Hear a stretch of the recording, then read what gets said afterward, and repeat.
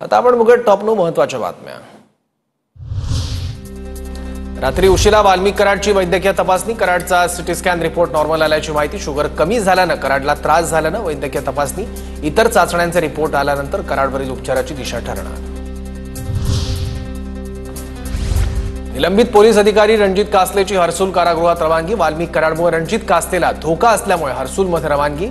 रणजित कासलेने वाल्मिक कराडवर केले होते गंभीर आरोप।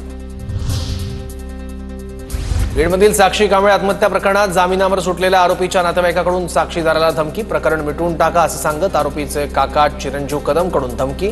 साक्षीदाराच्या आरोपीच्या नातेवाईकाविरोधात पोलिसात तक्रार।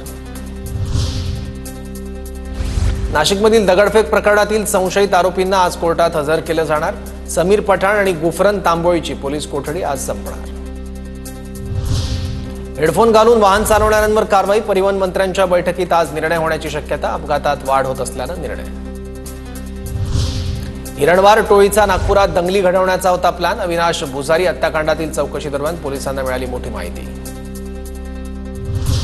विदर्भात मेघगर्जना वादळी वाऱ्यासह पावसाची शक्यता। अमरावती गडचिरोली गोंदिया नागपूर वर्धा वाशिम आणि यवतमाळ जिल्ह्याला येलो अलर्ट।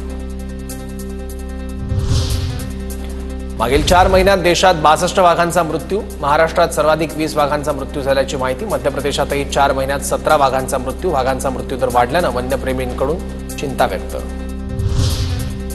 वाढत्या तापमानामुळे महाराष्ट्रात टँकरची मागणी वाढली। मराठवाड्यात 33% टँकरनं पाणी पुरवठा। महाराष्ट्रातील धरणांमध्ये फक्त 35% पाणीसाठा।